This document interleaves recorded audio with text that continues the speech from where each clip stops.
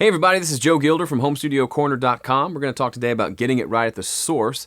We're going to talk a little bit more about microphone choice, specifically mono versus stereo.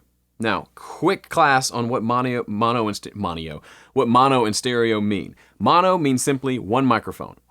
There you go. There's your one mic. Actually, here we go. One mic. This is mono. Stereo means two mics. Okay? That's the main difference, okay? Now, why would you choose one over the other? Well, the benefits of stereo is it can give you a wider sound, a more realistic sound. It can also help you capture larger instruments like piano that you just can't quite capture as well with one microphone. However, stereo can give you lots of issues, specifically phase issues. Whenever you have two sources or two microphones capturing the same source, the sound is going to hit this microphone a little bit sooner than it hits this mic. They're going to hit at different times.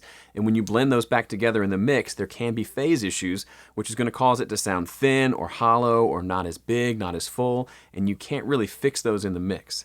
So in another video in the future, in about a week or so, I'm going to have a video that tells you the different stereo miking techniques and how to get them right. But for today, I just want to share with you why you would choose mono versus stereo.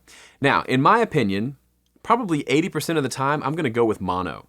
Because in general, I'm recording fairly big songs with lots of instruments, so even if I were to record an acoustic guitar in stereo, I'm not going to hear that stereo width once I add that into a full mix with drums, bass, and a bunch of guitars. Okay? So there's really no point in trying to capture that extra width. And aside from that, I have to worry about two microphones instead of one. I've got to worry about phase issues. I've got to think about all that, where I'd rather just put up a microphone, get that one mic to sound great, and then we're done, okay?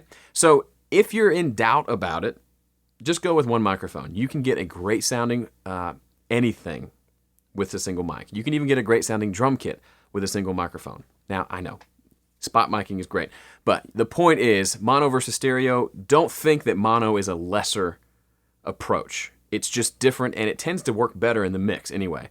After all, we're talking about getting it right at the source so that you can make a great mix. So the more you can use mono, probably the better off your mixes are going to be.